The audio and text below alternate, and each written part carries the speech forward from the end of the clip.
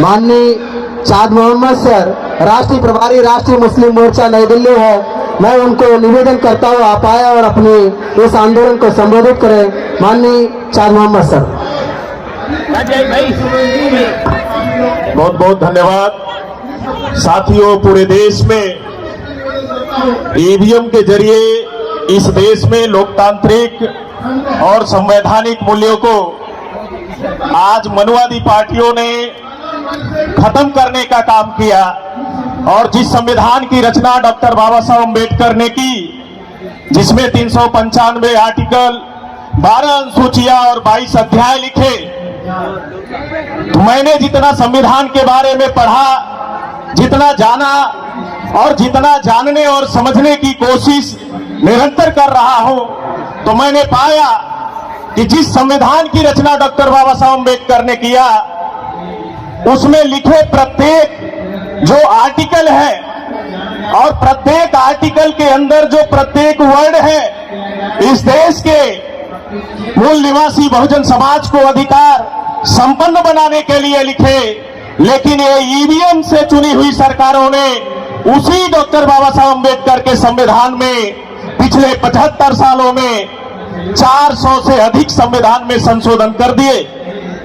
तो इन संविधान संशोधनों से क्या इस देश के मूल निवासी बहुजन समाज के अधिकारों में वृद्धि हुई? नहीं हुई, बल्कि जो संविधान की रचना डॉक्टर बाबा साहब अम्बेडकर ने किया और जो अधिकार इस देश के मूल निवासी बहुजन को समाज को दिया, आज उन अधिकारों को ईवीएम से चुनी हुई सरकारों ने खत्म करने का काम किया। इसलिए इस मंच से मैं कहना चाहता हूं कि ये जो ईवीएम मशीन के जरिए वोट के अधिकार पर अटैक नहीं है, बल्कि डॉक्टर बाबा साहब अम्बेडकर के लिखे गए संविधान पर अटैक है। ये ईवीएम मशीन के जरिए जो मनुवादी पार्टियां हैं, ये इस देश के मूल निवासियों के वोट के अधिकार पर अटैक नहीं कर रही है, बल्कि डॉक्टर बाबा साहब अम्बेडकर के लिखे गए संविधान पर अटैक कर रही है। और संविधान पर अटैक इस देश के मूल निवासी बहुजन समाज के लोग बर्दाश्त नहीं कर सकते। इस देश में साथियों, ईवीएम मशीन संवेदनहीन मशीन है। ईवीएम मशीन संवेदनहीन मशीन है, इलेक्ट्रॉनिक डिवाइस है। और संवेदनहीन मशीनों से पैदा हुए जो एमपी, एमएलए, मिनिस्टर और चीफ मिनिस्टर और प्राइम मिनिस्टर, उनके अंदर इस देश के मूल निवासियों के प्रति कैसे संवेदना हो सकती है, जिसकी वजह से आज इस देश के ओबीसी, एससी, एसटी, माइनॉरिटी के लोगों पर बड़े पैमाने पे एट्रोसिटी हो रही है।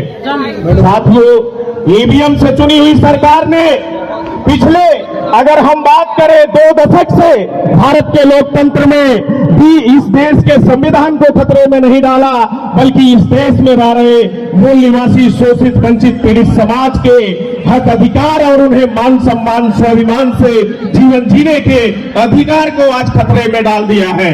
इसलिए साथियों, इस देश के एक बड़ी आबादी जो भारत के मुसलमानों की है, और उस बड़ी आबादी को पिछले 1 दशक में अगर देखें, तो पिछले 1 दशक में लगातार ईवीएम घोटाले से चुनी हुई जो सरकार आ रही है, कभी लव जिहाद के नाम पर मुस्लिम नौजवानों का कत्ल कराने का काम कर रही है, कभी मॉब लिंचिंग के नाम पर, कभी गौकशी के नाम पर पहलू खान मारे जाते हैं, तो कभी 1 लाख मारे जाते हैं। और कभी इसी मुल्क में साथियों हम देखते हैं इस देश के फंडामेंटल राइट के खिलाफ जाकर कानून बनाए जाते हैं, 3 तलाक पर 370 हटाने का और सीए, एनआरसी, एनपीआर लाने का। ये सारे कानून साथियों 1 दशक में अगर हम देखें तो ये ईवीएम से चुनी हुई सरकारों के जरिए किया जा रहा है। और इसलिए साथियों, पूरे देश भर में राष्ट्रीय मुस्लिम मोर्चा इस ईवीएम के घोटाले से चुनी हुई सरकार का बहिष्कार करता है और पूरे देश में राष्ट्रीय स्तर पर मूल निवासी बहुजनों के अंदर पिछले लगातार 2012 से लगातार 2012 से भारत मुक्ति मोर्चा के राष्ट्रीय अध्यक्ष वामन मेश्राम साहब इस देश के मूल निवासी बहुजनों के अंदर और 6.5 लाख गांवों में जाकर उन्होंने ईवीएम में किस तरह से घोटाला होता है और ईवीएम लोकतंत्र विरोधी है, संविधान विरोधी है। और 8 अक्टूबर 2013 को सुप्रीम कोर्ट ने इस बात को स्वीकार किया, इलेक्ट्रॉनिक वोटिंग मशीन से फ्री, फेयर और ट्रांसपेरेंट तरीके से चुनाव संभव नहीं है। ये बातें लगातार 6.5 लाख गांवों में भारत मुक्ति मोर्चा के राष्ट्रीय अध्यक्ष वामन मेश्राम साहब ने लाखों कार्यक्रम लगाकर इस देश के मूल निवासी बहुजनों के अंदर ईवीएम में घोटाले को पर्दाफाश किया, एक्सपोज किया। और उस एक्सपोज और पर्दाफाश का नतीजा है आज देश की राजधानी दिल्ली में हम इलेक्शन कमीशन ऑफ इंडिया को घेरने के लिए यहाँ इकट्ठा है। इसलिए साथियों, हमें आज इकट्ठा होके इस देश के लोकतंत्र और संविधान को खत्म करने वाले इस तंत्र को खत्म करने की जरूरत है।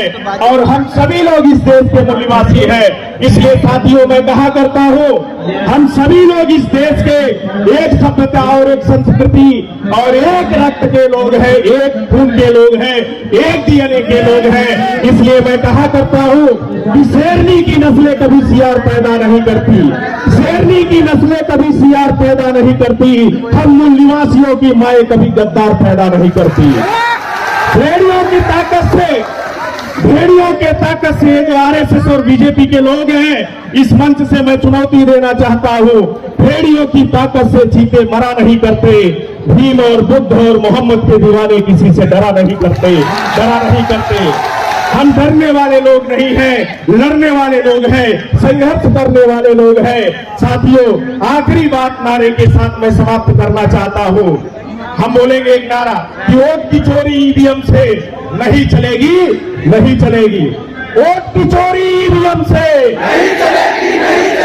वोट की चोरी ईवीएम से नहीं चलेगी। वोट की चोरी ईवीएम से नहीं चलेगी। ईवीएम तुम्हारा, वोट हमारा।